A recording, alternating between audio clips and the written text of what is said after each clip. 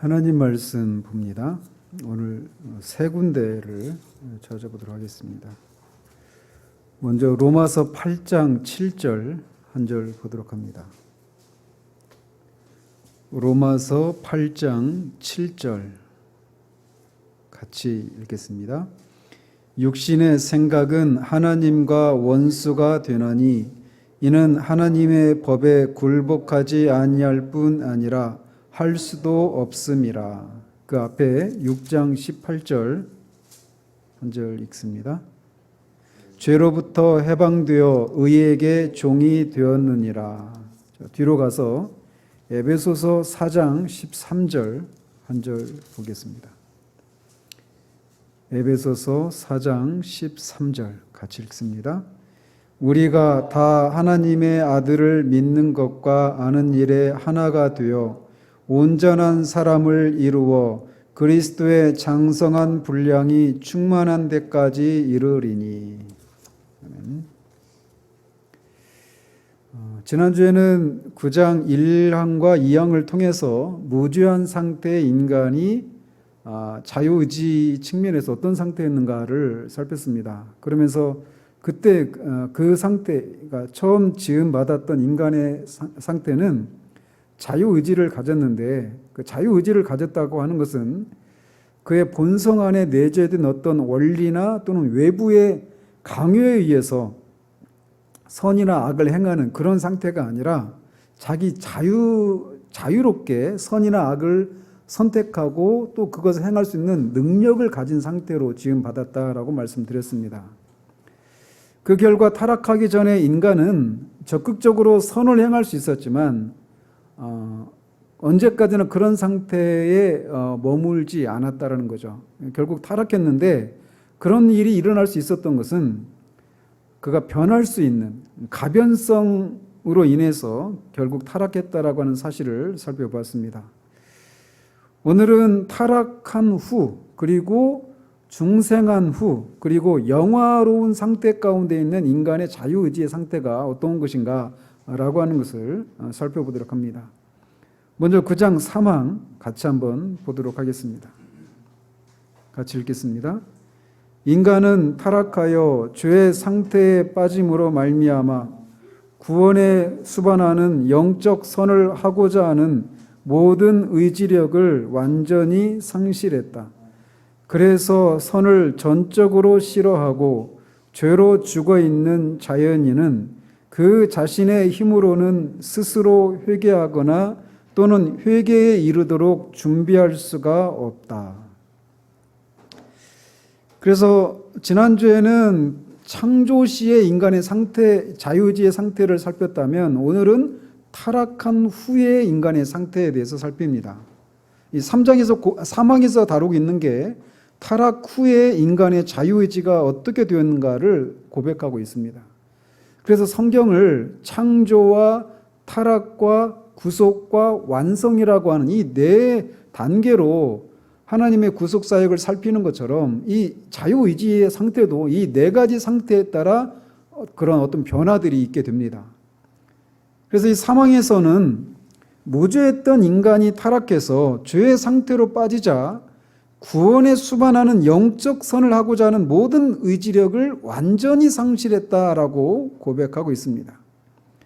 그래서 로마서 5장 6절에 보면 우리가 아직 연약할 때에 기약대로 그리스도께서 경건하지 않은 자를 위하여 죽으셨도다라고 말합니다.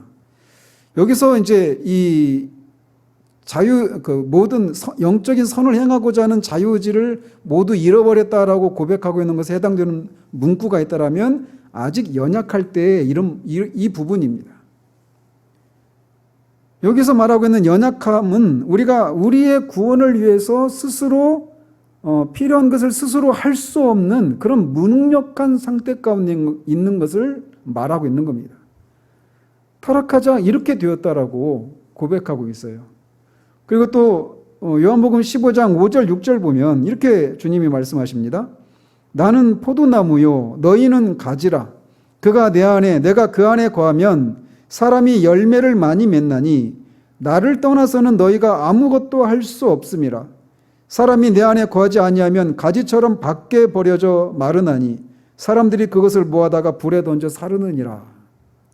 여기서도 나를 떠나서는 너희가 아무것도 할 수 없음이라 라고 말씀하셔서 인간이 타락한 이후의 인간의 상태는 자신의 영혼의 구원을 위해서 스스로 어떤 것도 행할 수 없는 그런 무능력한 상태 가운데 있다라고 말을 하고 있습니다.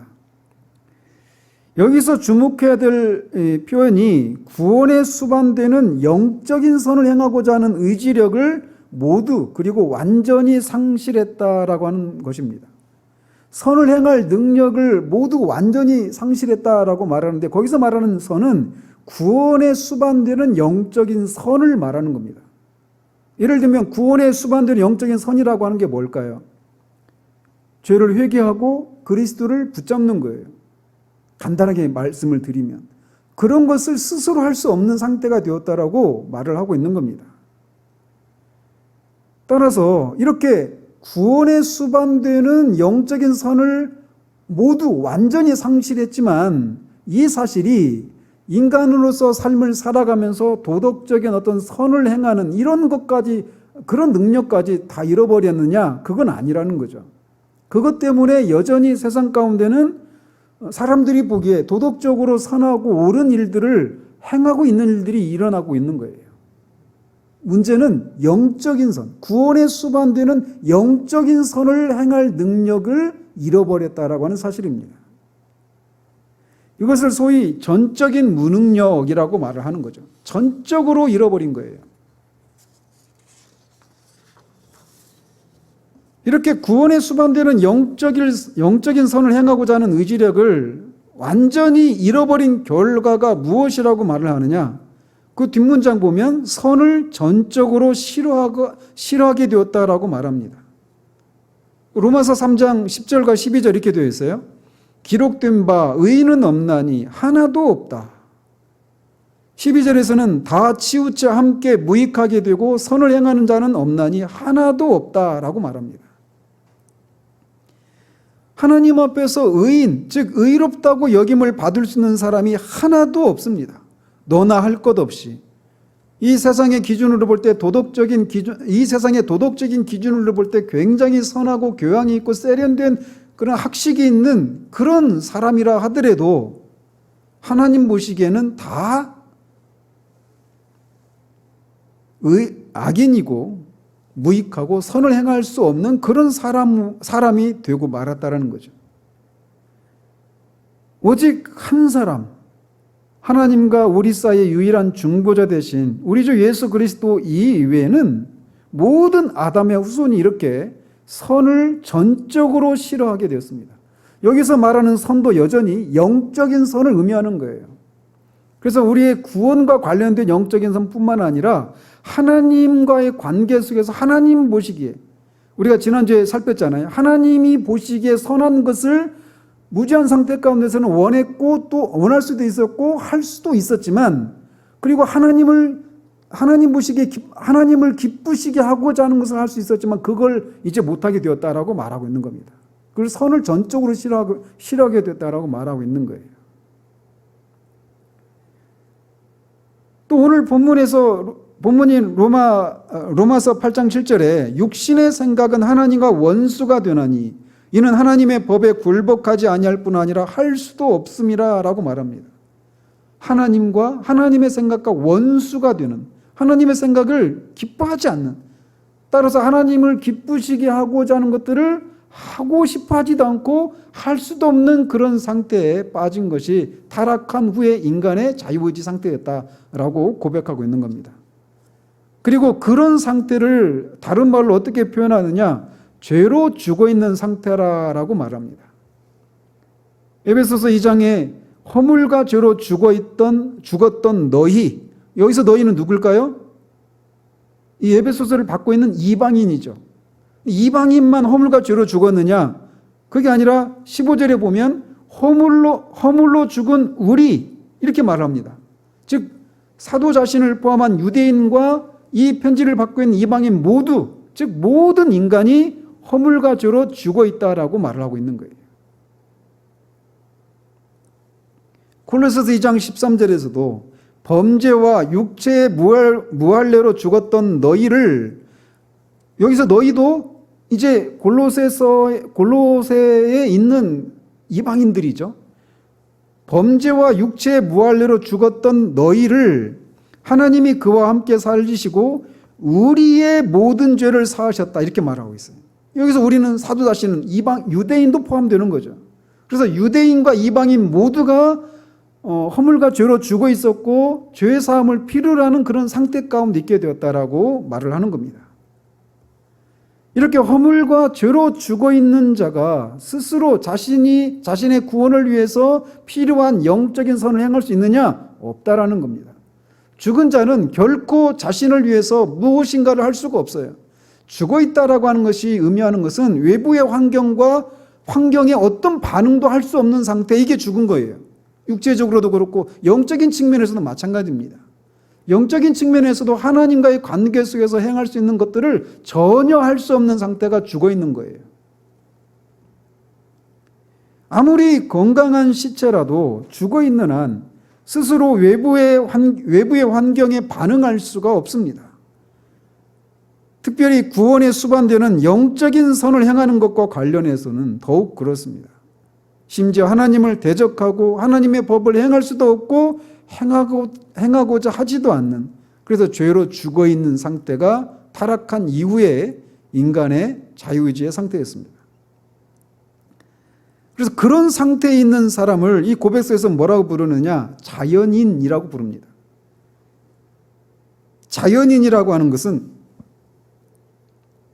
문명과 문화의 혜택을 받지 못한 상태의 원시인을 의미하지 않습니다. 여기서 말하는 자연인은 성령의 역사로 말미암는 어떤 은혜가 임하지 않은 상태의 인간을 의미합니다. 따라서 자연인이라고 불리는 구분되는 모든 사람은 경우에 따라서는 그가 매우 철학적이고 높은 수준의 지식과 교양을 갖추고 예의가 바른 사람일 수 있어요. 또 반대로 매우 천박하고 저급하고 비열한 그런 악한 사람일 수도 있습니다. 그러나 다 자연인이에요. 동성애자도 자연인이고 이성애자도 자연인입니다. 민주당 지지자도 자연인이고 미래통합당 지지자도 자연인이에요. 거듭나지 않았다라는 거예요. 제가 왜 이런 말씀을 드리느냐? 우리가 사람들을 볼 때 하나님의 시각으로 인간을 바라보는 것이 아니라 세상의 기준으로 저 사람은 좀 더 교양이 있고 교양이 없고 어떤 야당 지지자고 여당 지지자고 어떤 지방 이런 식으로 이렇게 구분한단 말이죠. 근데 그거는 하나님 보시기에 아무런 의미가 없어요. 모든 성령의 태어날 때부터 가지고 있는 그 본성 이외에 다른 본성을 가지지 않은 모든 사람은 다 자연인이고 그는 영적인 선을 행할 수가 없고 죄로 죽어 있는 상태인 것입니다. 그럼 그 자연인은 어떤 상태라고 말을 하느냐? 그 마지막 문장 보시면 자연인은 그 자신의 힘으로는 스스로 회개하거나 또는 회개에 이르도록 준비할 수 없다라고 고백하고 있어요. 예수님은 요한복음 6장 65절에 내 아버지께서 오게 하여 주지 아니하시면 누구든지 내게 올 수 없다라고 말씀하셨습니다. 거짓말하실 수 없는 분이 이렇게 말씀하셨어요. 여기서 주님이 누구든지 내게로 올 수 없다라고 말할 때 그 말은 아무도 올 수 없다 이 말씀입니다. 아무도 스스로 아버지께서 오게 해주시는 일이 일어나지 않으면 스스로 그리스도에게 올 수 있는 일이 일어날 수가 없다라고 말하고 있는 거예요. 같은 사상을 고린도전서 2장 14절에서 이렇게 말합니다. 육에 속한 사람은 하나님의 성령의 일들을 받지 아니하나니 이는 그것들이 그에게는 어리석게 보임이요 또 그는 그것들을 알 수도 없나니 그러한 일은 영적으로 분별되기 때문이라. 또 에베소서 2장 2절에서 5절까지도 같은 얘기를 하고 있습니다. 또 디도서 3장 3절에서 5절까지도 보면 우리도 전에는 어리석은 자요 순종하지 아니한 자요 속은 자요 여러 가지 정욕과 행락에 종노릇한 자요 악독과 투기를 일삼은 자요 가증스러운 자요 피차 미워한 자였으나 여기서 우리라고 말하고 있기 때문에 이 편지를 쓰고 있는 사도 자신도 포함하고 있는 거예요. 사도는 자신이 사도가 되었지만 전에는 어떤 상태였는지에 대해서 전혀 가리지 않습니다.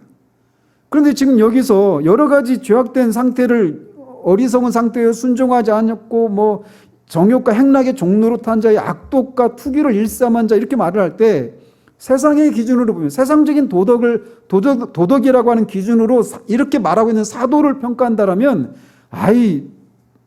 바울 사도 너무 좀 자신을 너무 폄하하고 있는 거 아닌가, 이렇게 말할 수 있는데 그렇지 않다라는 거죠.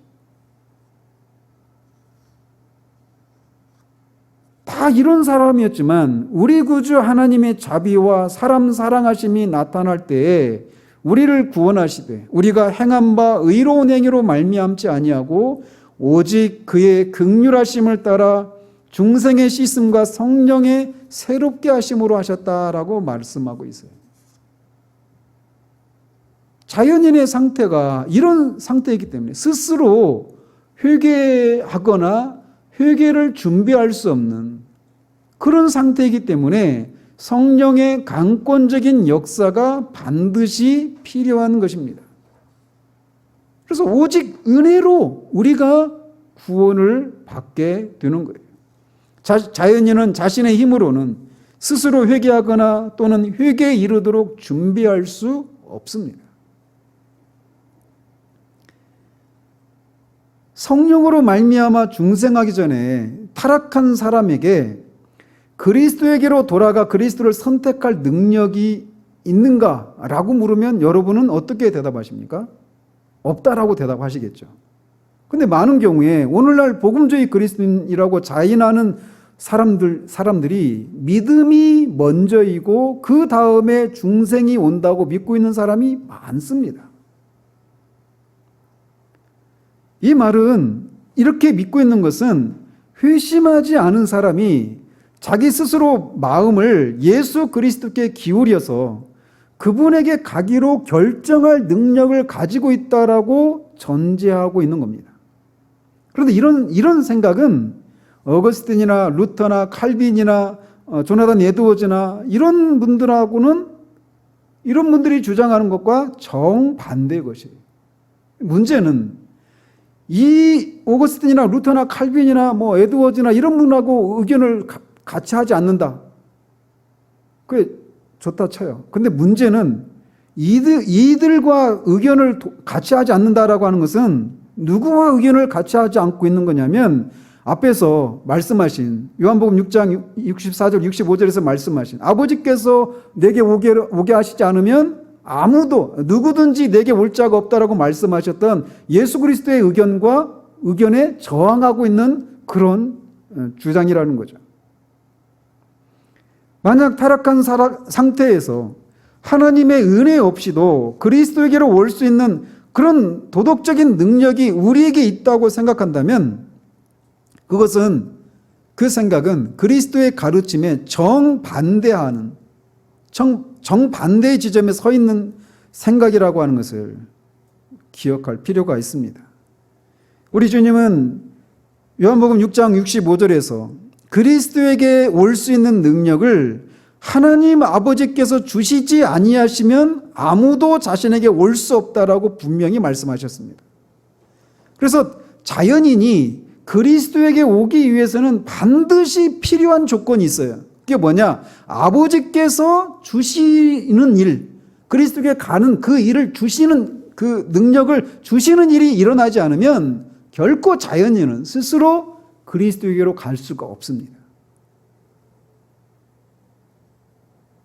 오직 하나님만이 그런 능력을 주십니다.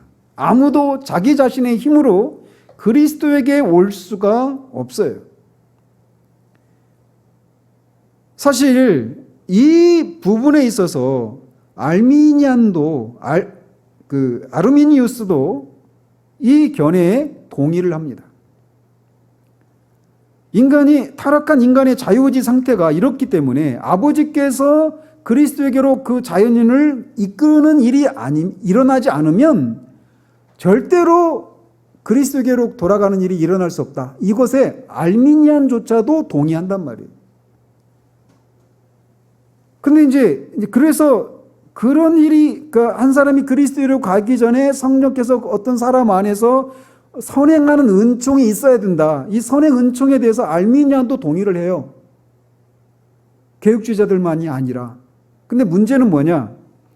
이 알미니안과 이 어거스틴이나 칼빈이나 루터나 이 조나단 에드워즈와 다른 지점이 어떤 부분에서 갈라지느냐면, 알미니안의 견해에 따르면 하나님이 그리스도에게 나올 수 있는 은혜를 주실 때조차도 여전히 우리가 그 은혜를 거절할 수 있다라고 주장한다는 면에서 의견이 갈립니다.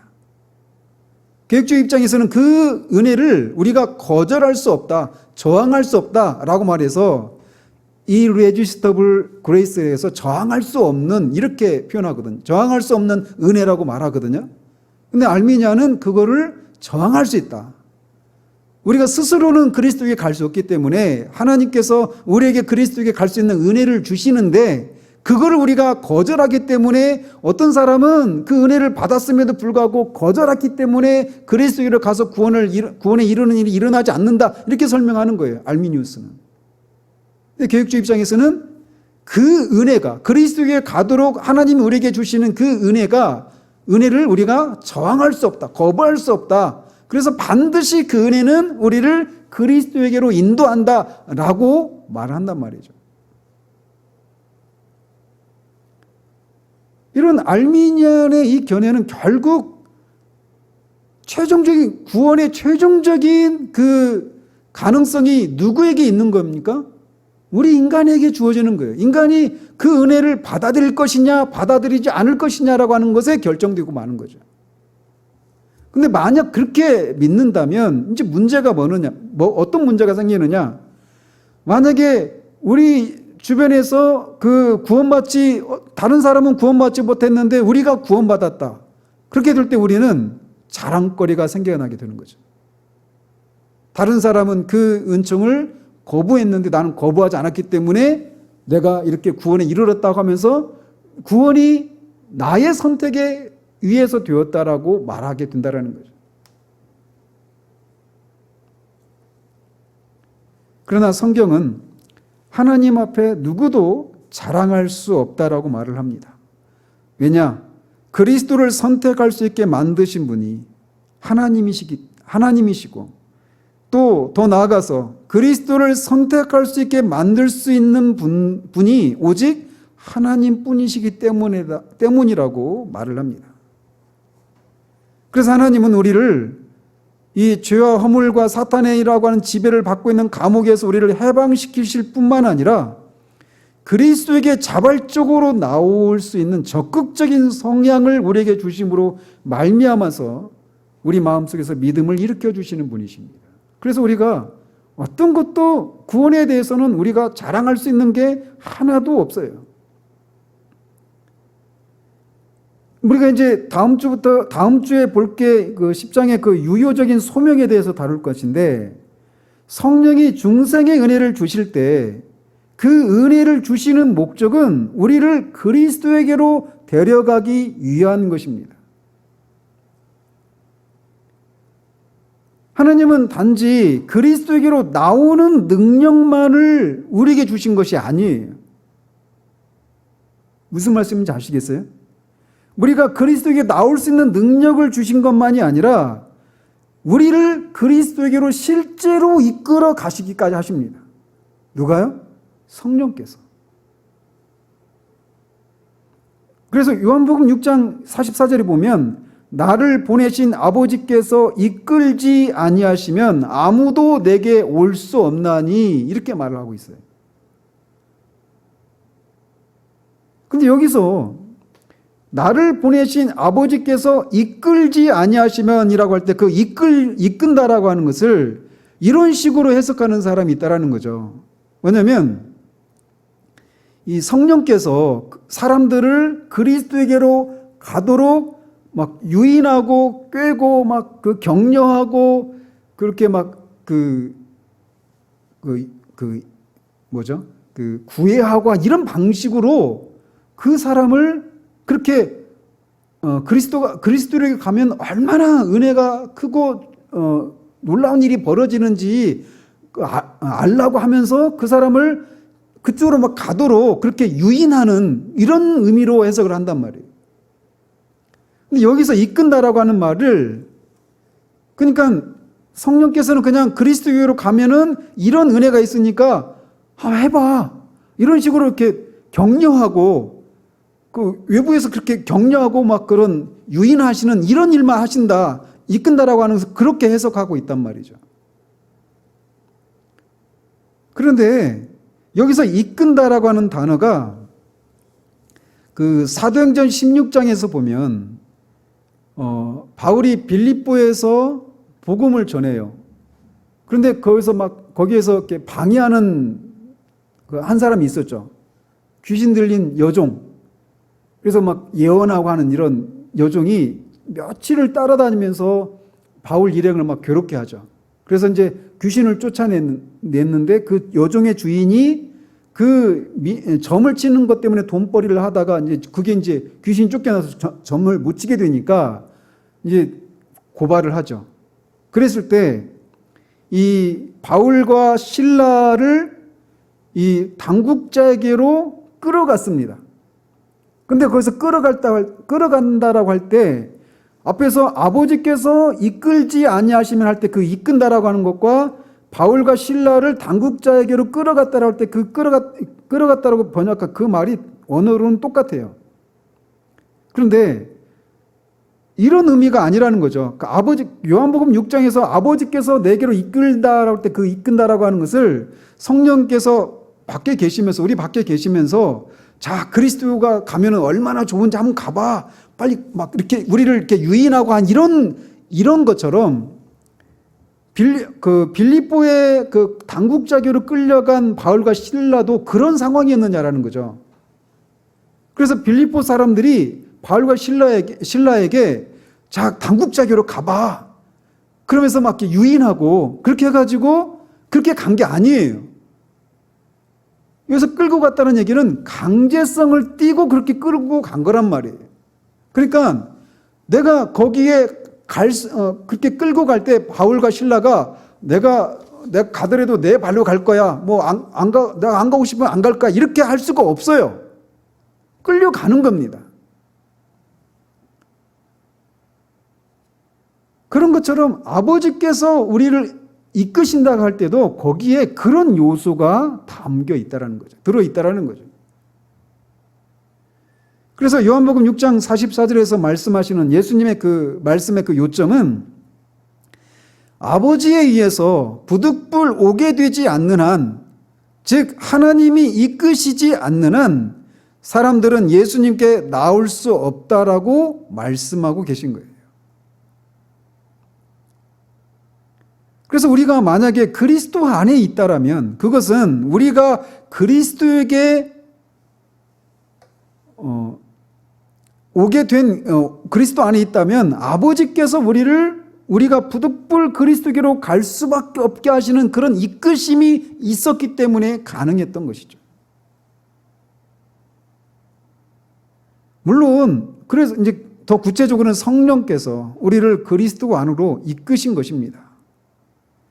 물론 이 과정에서 성령께서 우리의 의지에 반해서 우리를 걷어차거나 소리를 막 지르고 해서 끌고 오지 않았어요.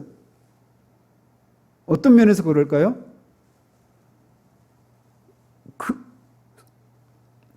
그런 일이 우리가 그리스도에게로 나오기 전에 성령께서 우리의 의지를 변화시키는 일을 하셨기 때문에 가능했던 것입니다. 성령께서 우리의 마음의 기질을 바꾸시지 않았다면, 그리고 그 마음에 그리스도에 대한 갈망을 심으시지 않으셨다면 우리는 여전히 하나님 나라의 밖에 있는 그런 사람으로 남아있게 되었을 것입니다. 그래서 성령론, 그 아더핑크의 성령론 우리가 살피면서 그 부분을 얘기했잖아요. 이끄시는 성령의 사역에 대해서도 말씀을 드렸던 게 바로 그런 내용들이죠.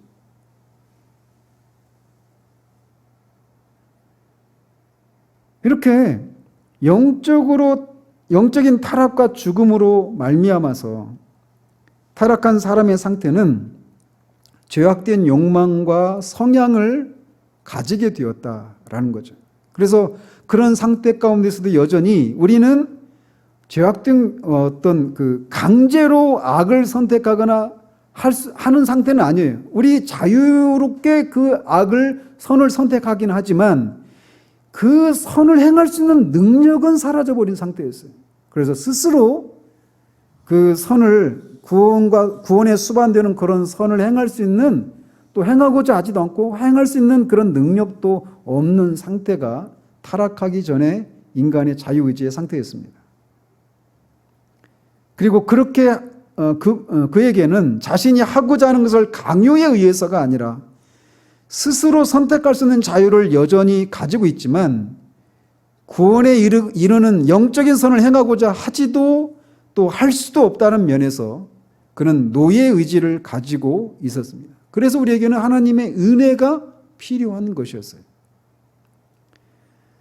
그렇다면 하나님의 은혜를 입어서 중생한 그리스도인에게 있어서 의지는 어떤 상태였을까요? 그거를 사항이 고백하고 있습니다. 사항 보십시다. 9장 사항 같이 읽겠습니다. 하나님이 죄인을 회개시켜 은혜의 상태로 그를 옮기실 때 하나님은 그의 본성적인 죄의 속박에서 그를 그리고 오직 하나님의 은혜에 의해서만 영적으로 선한 것을 그가 자유롭게 원하고 행할 수 있게 하신다. 그렇지만 그의 남아있는 부패로 인하여 전적으로 선한 것만을 원하지 못하고 악한 것도 또한 원하게 된다. 골로새서 1장 13절을 한번 보십시다. 골로새서 1장 13절.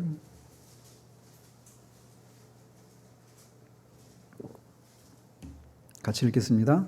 그가 우리를 흑암의 권세에서 건져내사 그의 사랑의 아들의 나라로 옮기셨으니, 여기서 그가가 누구일까요?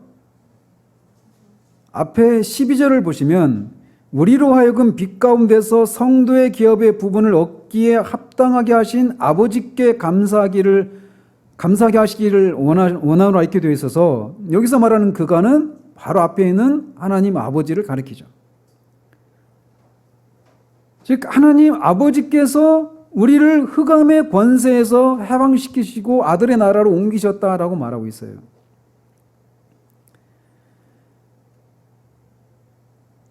또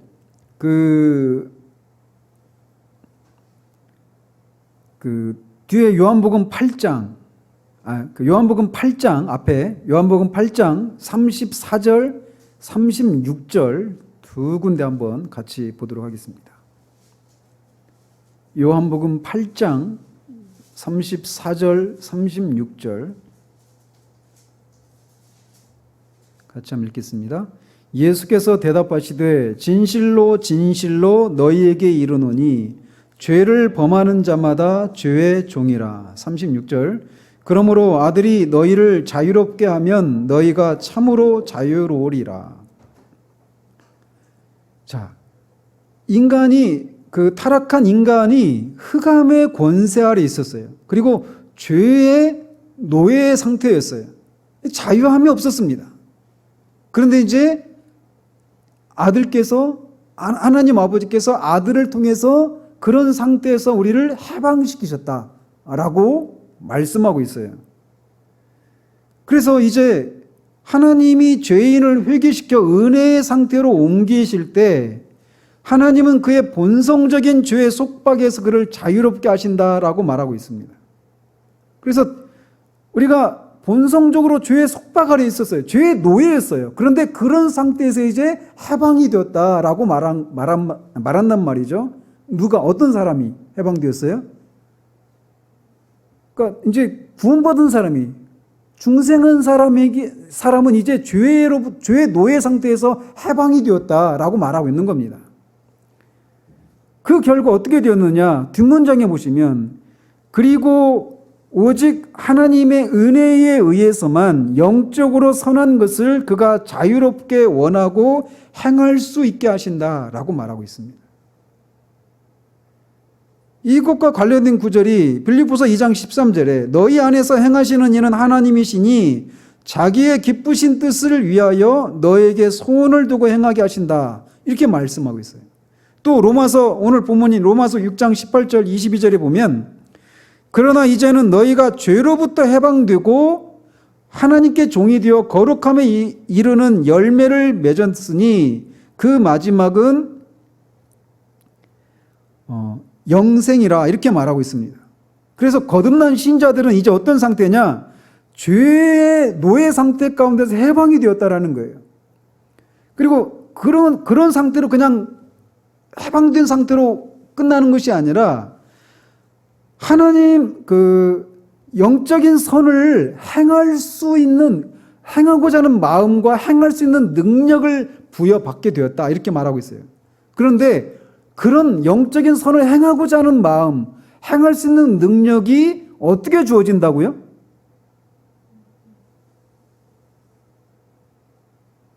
그가 오직 하나님의 은혜에 의해서만 영적으로 선한 것을 그가 자유롭게 원하고 행할 수 있게 되었다. 이렇게 말하고 있어요. 빌립보서 2장 13절에서 우리 안에 계시는 하나님이신 그가 자신의 기쁘신 뜻을 이루기 위해서 우리 안에 뭘 두고 행하신다? 소원을 두고 행하신다. 그 소원은 어떤 소원? 하나님의 기쁘신 뜻을 행하고자 하는 소원, 영적인 선을 행하고자 하는 소원, 이거를 하나님이 우리 안에서 주시기 때문에 우리가 그것을 소원할 수 있고 또 행할 수 있는 능력도 있게 되었다라고 말하고 있는 거예요. 근데 여기서도 이제 주의할 게 있어요. 하나님께서 우리 안에서 하나님의 기쁘신 뜻을 행하고자 하는 소원을 불러 일으키실 때 그냥 소원이 우리 가운데서 그냥 어떤 원리에 따라서 그냥 강제적으로 우리 안에 생기는 게 아니라 그런 소원함을 주실 때 우리 안에서 어떤 반응이 있는 거예요? 그 소원함을 쫓아서 행하고자 하는, 순종하고자 하는 마음의 그런 우리 쪽에서의 그런 자발적인 소원함이 같이 연합을 이루어서 이런 소원함이 생겨나고 그것을 행할 수 있게 되는 겁니다. 그래서 이제 거듭난 신자의 자유의지의 상태는 하나님의 은혜 안에서 영적인 선을 행할 수 있게 되었어요. 근데 영적인 선을 원하고 행할 수 있게 되었는데 그 일 앞에 어떤 일이 먼저 있어야 돼요? 죄로부터 해방되는 일이 있어야 되죠. 그러니까 죄의 권세 아래 있었어요. 우리가 흑암의 권세 아래 있었단 말이에요. 권세 아래 있다라는 말이 뭡니까? 죄의 통치 아래 있었다라는 거예요. 로마서 6장에서 말하면 죄가 우리 안에서 무슨 노릇하는 거예요? 왕노릇하는. 그럼 우리는 죄에 대해서는 우리는 종노릇하는 노예 상태였어요. 죄를 지을 수밖에 없었어요. 그런데 그런 죄의 통치를 해서 죄의 권세에서 우리를 해방시키셨어요. 누가? 그리스도께서. 하나님 아버지께서 그리스도를 통해서 그 흑암의 권세들을 해방시키신 겁니다. 그래서 죄의 권세에 더 이상 우리가 있을 필요가 없어요. 그리고 그 상태에 끝나는 것이 아니라 하나님의 은혜 안에서 영적인 선을 행하고자 하는 마음을 불러일으키시고 또 행할 수 있는 능력도 우리에게 주셨다는 거죠. 그러니까 어때요? 거듭난 신자들은 영적인 선을 행할 수가 있다 없다? 있습니다. 영적인 선을 행할 수가 있어요. 그런데 이제 안타까운 게 그 마지막 문장에서 사항 마지막 문장이 어떻게 되었습니까? 그렇지만 거기서 같이 한번 읽죠. 그렇지만 그의 남아있는 부패로 인하여 전적으로 선한 것만을 원하지 못하고 악한 것도 또한 원하게 된다. 이것을 가장 잘 묘사하고 있는 장면이 있다라면 갈라디아서 5장 17절 또 로마서 7장에 있는 구절들입니다. 갈라디아서 5장 17절 이렇게 되어 있어요. 육체의 소욕은 성령을 거스르고 성령은 육체를 거스르나니 이 둘은 뭐예요? 육체의 소욕과 성령의 소욕. 이 둘이 서로 대적함으로, 대적한다라고 할 때 대적이 그냥 멀리 떨어진 채로 그냥 어떤 해도 끼치지 않고 그냥 있는 게 아니라 그냥 그야말로 이를 부득부득 깔면서 서로 대적하는 그런 상태를 말합니다. 어떤 타협도 없이 누구 하나가 죽지 않으면 끝나지 않은 그런 증오심과 그런 대적을 말하는 거예요. 이 둘이 서로 대적함으로 너희가 원하는 것을 하지 못하게 하려 함이니라 이렇게 말하고 있어요. 여기서 너희는 누굽니까? 이 편지를 받고 있는 갈라디아 교인들이죠. 근데 이 사람들은 누구예요? 이미 성령으로 거듭난 사람들이에요. 거듭난 사람들인데 거듭난 신자 안에서 육체의 소욕과 성령의 소욕이 서로 대적하는, 그래서 갈등과 싸움이 있는 상태라고 말하고 있습니다. 그리고 이것을 더 좀 구체적으로 묘사한 부분이 있다면 로마서 7장입니다. 로마서 7장으로 한번 가십시오. 로마서 7장 15절. 이게 거듭 말씀드리지만 신자의 상태입니다. 로마서 7장 15절. 같이 한번 읽겠습니다. 내가 행하는 것을 내가 알지 못하노니 곧 내가 원하는 것은 행하지 아니하고 도리어 미워하는 것을 행함이라. 내가 원하는 것은 뭘까요? 이 고백서의 표현을 가지고 말하자면 영적인 선이에요. 하나님이 기뻐하시는 것. 이거를 원하는데 그것을 행하지 않고 내가 원하지 않는 것을 행한다라는 거예요. 그러면 그 사람이 거듭난 신자가 아니라는 증거냐? 아니라는 겁니다. 내가 원하는 것은 이 문맥을 살피면 하나님을 기쁘시게 해드리는 거예요. 하나님의 법에 순종하는 겁니다. 영적인 선을 행하는 거예요. 영적인 선을 행할 수 있는 사람은 자연인에게 가능합니까? 자연인은 영적인 선을 행할 수가 없어요. 그리고 그것을 행하고자 하지도 않는다고 말했잖아요. 근데 그것을 하고 싶어 한다. 이 얘기는 그 사람이 자연인이 아니라는 얘기죠. 거듭난 사람입니다. 그래서 내가 원하는 것은 영적인 선을 행하는 거예요. 그런데 그거를 행하지 않고 내가 원하지 않는 것을 행하다라는 거예요. 신자 안에서 이런 갈등의 요소가 있다라는 거죠. 또 18절 한번 보십시다. 18절, 19절 두 절 한번 같이 읽습니다. 내 속 곧 내 육신에 선한 것이 거하지 아니하는 줄을 아노니 원함은 내게 있으나 선을 행하는 것은 없노라. 내가 원하는 바 선은 행하지 아니하고 도리어 원하지 아니하는 바 악을 행하는도다. 자, 같은 얘기를 하고 있는 거죠. 선을 행하기를 원해요. 즉 이 얘기는 그 사람이 더 이상 자연인이 아니라는 거예요. 중생한 사람이라는 것입니다. 중생하지 않은 사람은 선을 행하고 싶어 하지 않습니다. 자, 21절 한번 보십시다. 21절.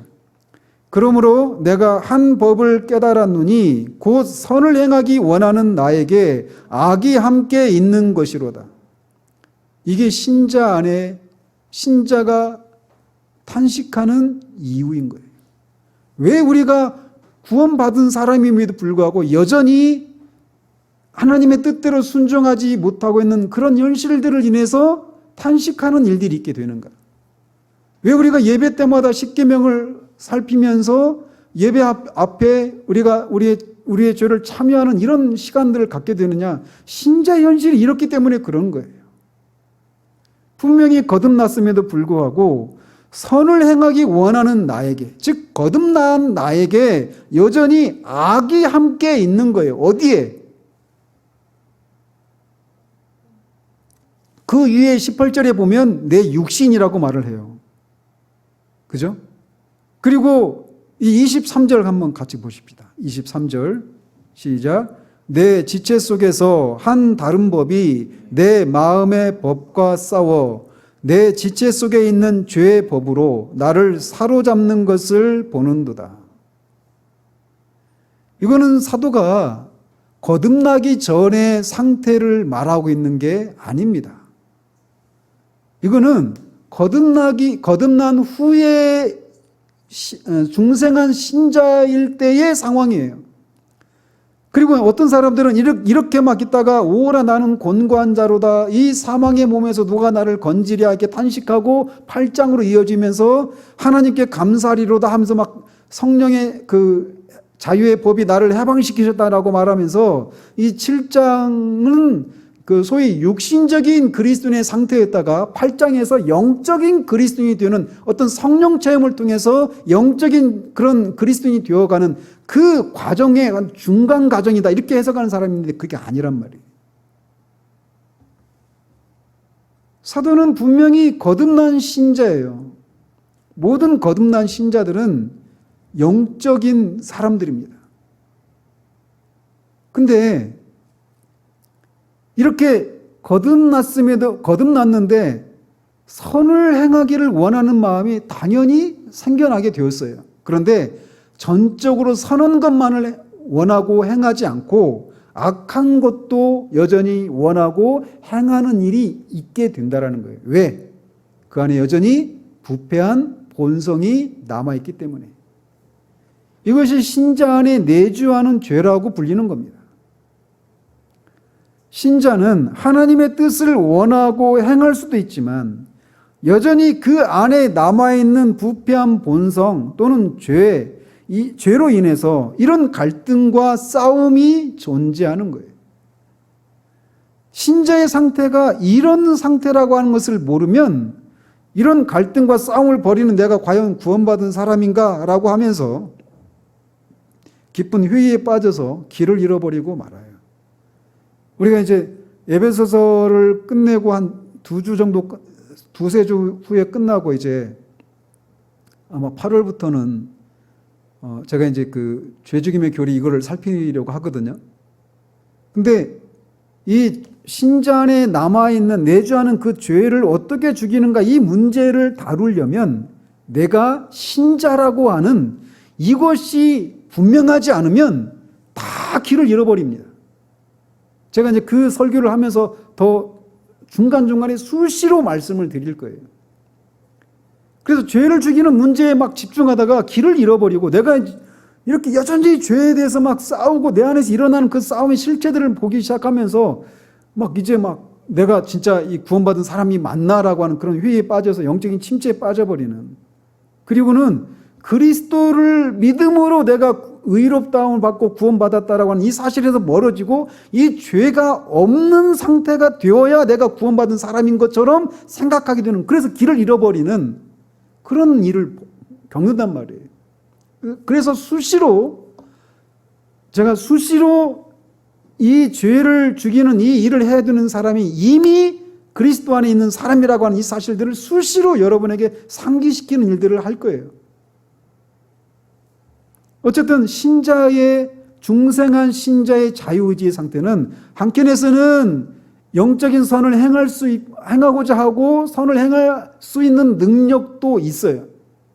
그런데 전적으로 선한 것만을 행하지는 않는다는 겁니다. 여전히 부패한 본성이 남아있어서 악을 원하고 악을 행하는 그런 상태 가운데 있는 거예요. 그래서 이 땅에서는 슬픔이 있는 겁니다. 그러면 신자의 운명이 거기까지인가? 그게 아니라는 거죠. 9장 5항을 마지막으로 살피겠습니다. 9장 5항 같이 읽겠습니다. 오직 영광의 상태에서만 인간의 의지는 완전하게 그리고 불변하게 선만을 행하는데 자유롭게 된다. 그래서 에베소서 4장 13절에 우리가 다 하나님의 아들을 믿는 것과 아는 일에 하나가 되어 온전한 사람을 이루어 그리스도의 장성한 분량이 충만한 데까지 이르리니, 그리스도의 장성한 분량이 충만한 데까지 이르는 그 상태, 그게 어떤 상태냐? 온전히 완전하게 선만 행할 수 있는 그런 상태예요. 그리고 그 상태가 불변하지 않습니다. 언제 그렇게 되느냐? 영광의 상태에 이르게 되었을 때, 영화롭게 되었을 때.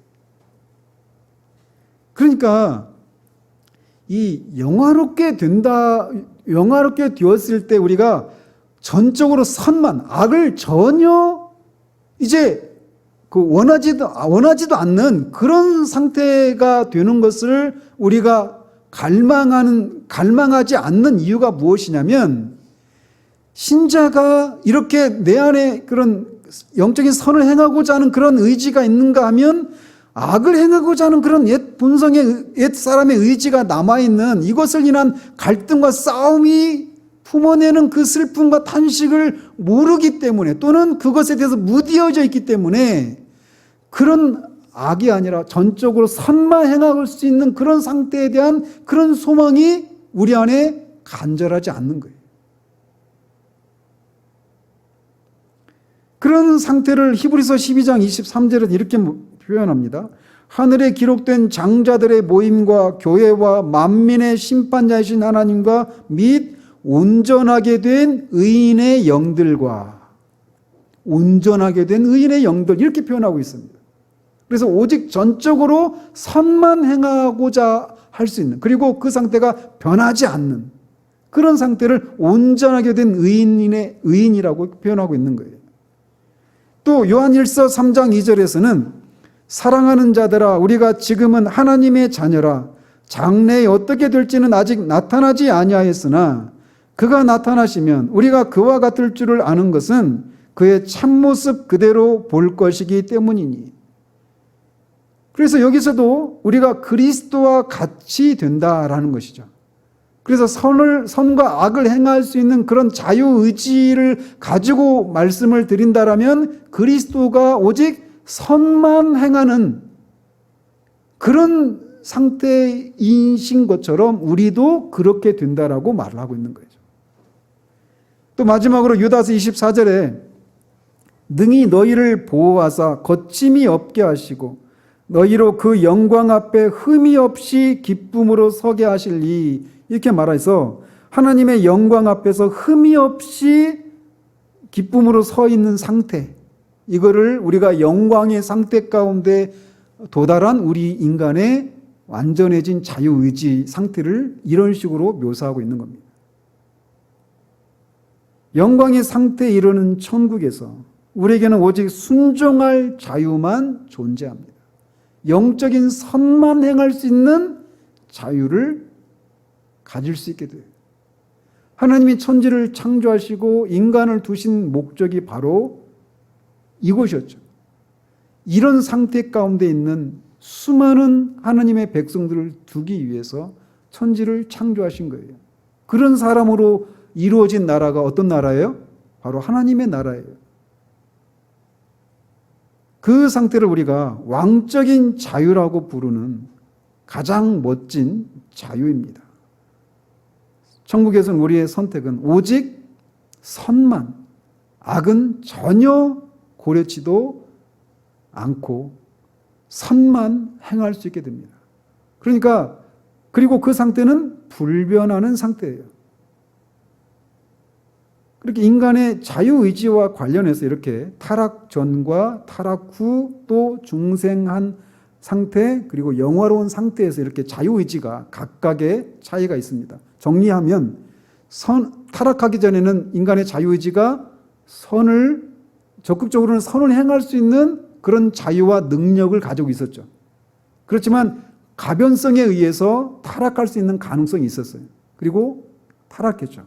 타락하고 나서는 타락한 상태의 인간을 자연인이라고 부르는데 그 상태는 죄에 대해서 죽어있는 상태고 선을 행할 수 없고 또 행하고자 하지도 않고 스스로 구원에 수반되는 그런 영적인 선을 행할 수도 없고 행하고자 하지도 않고 스스로 회개하거나 회개를 준비할 수 없는 영적으로 전적으로 무능력한 그런 상태입니다. 그러나 중생하고 나서는 이제 그런 상태에서 해방이 되었어요. 그래서 하나님의 은혜로 인해서 하나님이 원하시는 것을 영적인 선을 행하고자 하고 행할 수 있는 능력이 신자들에게는 있습니다. 그러나 동시에 여전히 그 악한 본성이 남아 있어서 전적으로 선만 행하고자 하고 선만 행할 수 있는 것이 아니라 악을 원하고 악을 행할 수 있는 그런 상태라는 거죠. 그래서 갈등이 있는 거예요. 이게 이 땅을 살아가는 신자들의 자유의지의 상태입니다. 그리고 영화롭게 된 상태에서는 오직 선만을 행할 수 있고 그 상태는 불변입니다. 우리는 그 지점을 향해 가고 있는 거예요. 그래서 인간이 타락하기 전에 인간의 상태가 이렇게 영적인 선을 스스로 행할 수 없는 상태이기 때문에 성령의 강권적인 역사하심이 필요한 거예요. 그래서 지난주에 말씀드린 것처럼 인간의 자유의지 상태를 그리스도께서 중보자 되신 그리스도께서 완전하게 이루셨고 그것을 틀림없이 전달하시고 적용하신다라고 하는 그 고백 이후에 인간의 자유의지를 집어넣은 것은 그렇게 하셨는데 그렇게 하시는 것이 성령에 의해서 하신다라고 이렇게 말씀하셨잖아요. 그리스도와 성령의 그 사역 중간에 인간의 자유의지 상태를 집어넣는 이유가 바로 여기 있는 거예요. 인간이 이런 상태이기 때문에 성령의 역사하심이 필요하다라는 것이죠. 이제 다음 주부터 성령께서 이렇게 타락한 상태 가운데 있는 인간들을 향해서 어떤 일들을 하셔서 그리스도께서 완전하게 이루신 그 구원을 전달하시고 적용하시는가, 이 내용을 살펴가도록 하겠습니다. 기도하겠습니다. 하나님 아버지, 타락하기 전에 인간의 자유의지의 상태와 타락 후와 중생시와 또 영화롭게 된 상태에서 인간의 자유의지가 어떤 상태였고 또 어떤 상태가 될 것인가에 대해서 우리가 살펴보았습니다.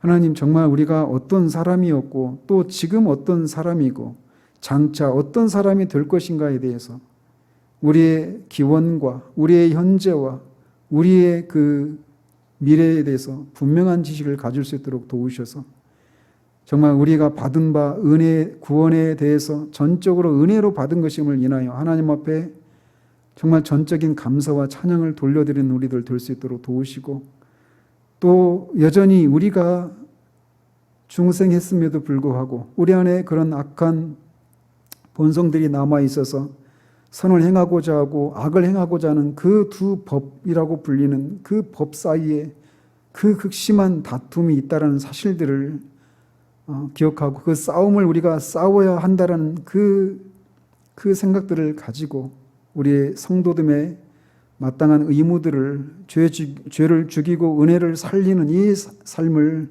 우리가 마땅히 살아야 됨을 기억할 수 있도록 도우시옵소서. 이 일들에 우리가 지치지 않을 수 있도록 도우시고 또 이 일이 그냥 이것이 우리의 전체적인 그런 운명의 끝이 아니라 장차 우리가 영적인 선만 원하고 행할 수 있고 또 그 상태에서 어떤 변화도 있을 수 없는 그런 완전한 상태에 이르는 그 지점을 향해 우리가 가고 있음을 기억하고 이 땅에서 그런 싸우는데 지치지 아니하도록 주님 우리를 붙들어 주시기를 원합니다.